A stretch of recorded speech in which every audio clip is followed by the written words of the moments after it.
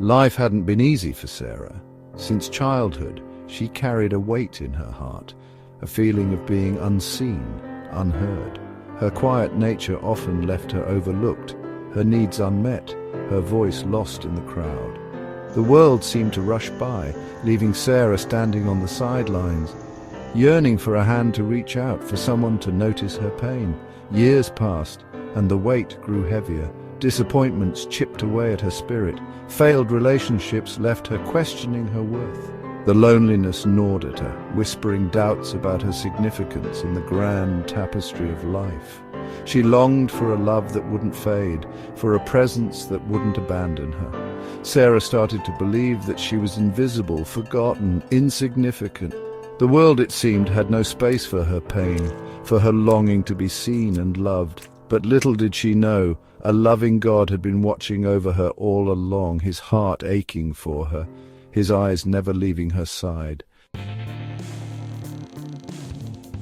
One Sunday morning, drawn by a flicker of hope, Sarah found herself at the threshold of a small church.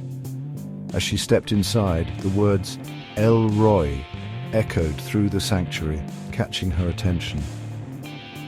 The pastor spoke of a God who sees, a God who knows our deepest pain, our unspoken fears, our hidden tears. He described El Roy as a shepherd who leaves the 99 to find the one lost sheep, a father who runs to embrace his prodigal child. For the first time, Sarah dared to believe that she wasn't invisible, that her pain wasn't insignificant. There was a God who saw her, who knew her name, who cared for her deeply. The concept of El Roy, the God who sees, resonated deep within Sarah's soul. It was a beacon of hope in her darkness, a lifeline thrown into the depths of her despair. This wasn't a distant deity, removed from human suffering. El Roy was a personal God, intimately acquainted with her pain, her loneliness, her yearning to be known and loved.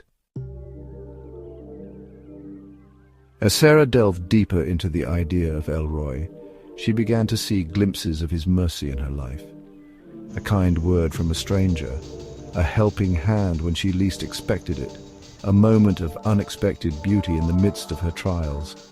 These small acts of grace, once overlooked, now shone brightly as evidence of El Roy's watchful care. She started noticing how nature itself seemed to reflect God's love for her.